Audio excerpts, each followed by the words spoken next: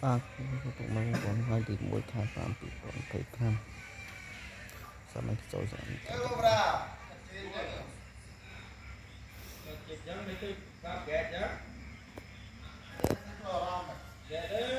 không phải là hết nữa